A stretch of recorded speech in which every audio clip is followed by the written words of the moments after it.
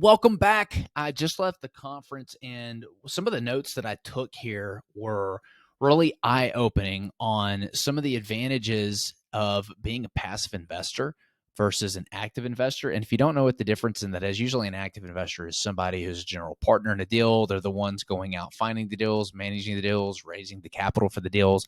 And the passive investors are just that. They invest capital and they get a return on that capital. And in turn, they don't have to put a lot of sweat equity or analysis into the deal. It's basically turnkey mailbox money, as long as you pick the right sponsors and the right deals out. That is the key there.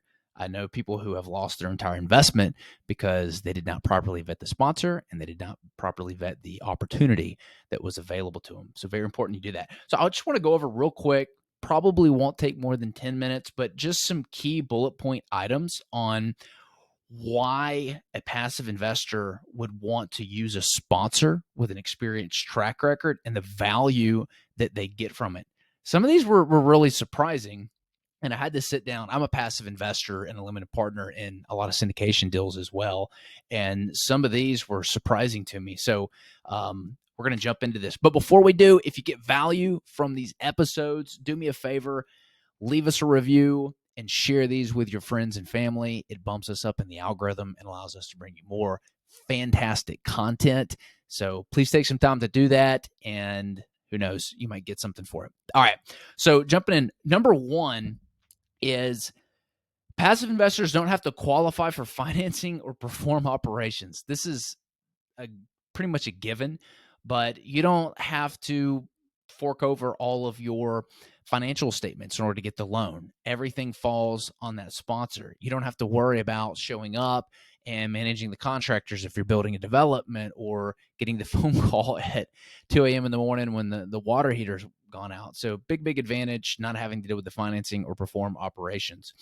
The second is having to understand operational management. So just because you let's say you're okay with performing operational management, there's a huge learning curve to it. So the blood, sweat, and tears and headache that goes into actually learning ops management, you don't have to worry about any of that. You're basically leveraging the sponsors or the operators' experience managing that asset to circumvent any issues that you would have if you were doing it yourself. Number three is understanding the micro and macro risks. So I do think it's important for everybody who is investing to do research on the sponsor and the asset itself before investing. Part of the research with the asset itself is understanding the market. What is driving money into that asset class? What is driving money into that market? You could have a fantastic asset, but if it's in Detroit, Michigan by a toxic lake, doesn't matter how good the asset is, you're going to have money that's going away from it. So the sponsor can do a really good job of, and should do a really good job of breaking down all the macro and micro economic risks that are associated with it and presenting it to you. Number four, lending risks and capital risk. We kind of already went over this, but taking it a step further, the passive investor, limited partner, is not at risk of paying the loan back. I mean, that's huge. It's the general partner and the active investor who is responsible for that. So it takes a lot of risk off the passive investor's plate.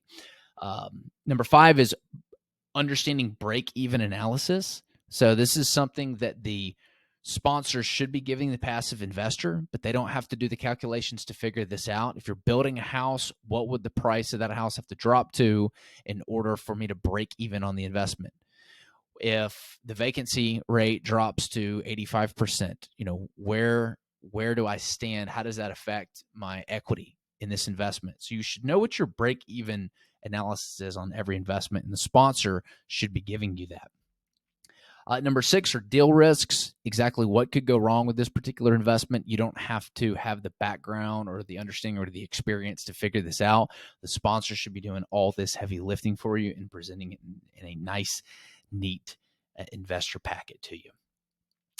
The next are financial projections. This can take a lot of time to create. I do a lot of the financial projections in my company, and I actually hired a fractional CFO to build those things out because it was a lot to do. And understanding the financial projections is very important because part of it is how you're going to get your money back. Remember, the number one thing that we're focused on as passive investors, or at least me, is not the return on capital, how much money it's going to make me. I'm more focused on a return of capital. Am I 100% sure or very sure that I'm going to get my money back? All the greats focus on capital prevention, not necessarily how much money they're going to make on it. Next is a documents risk. So none of us are lawyers, none of us are attorneys, but your sponsor should have a very deep understanding of the paperwork. Are all the risks outlined? They should be walking you through this paperwork, and if they're not, you should ask them to. It's very important that you understand exactly what all is involved in the paperwork and what your obligations are as a passive investor in the still. A lot of people don't realize that there's capital call language where if things turn south for that asset, then the sponsor is allowed to do a capital call and basically tell the partners of the LLC, the limited partners, hey, I need some more money because we're drowning over here. Something went really wrong. So the sponsor should be able to perform all that documents risk for you and walk you through it. Next are performance-based incentives. So this is another huge advantage as a passive investor. If you're working with a GP, most of their compensation should be geared around how the assets perform. If they're taking most of the profit on the front end in the form of fees, asset management fees, etc., that's a huge red flag. So they should be able to tell you, how they're going to make money, so you can understand that. And then the value next is a value add strategy. So understanding how we're going to create value in the asset. If it's an apartment, what is the plan to renovate the units, increase those rents, or develop the land, put in the roads and infrastructure? How are we going to make this more valuable to build the profits and the additional equity that's going to cushion the investor's equity and weather any economic storm?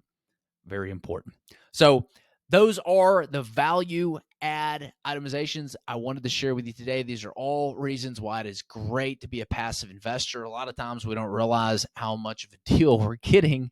I certainly didn't until I started reading these things, but it's good to know. Lots of value here if the sponsor's doing this for you. Till next time.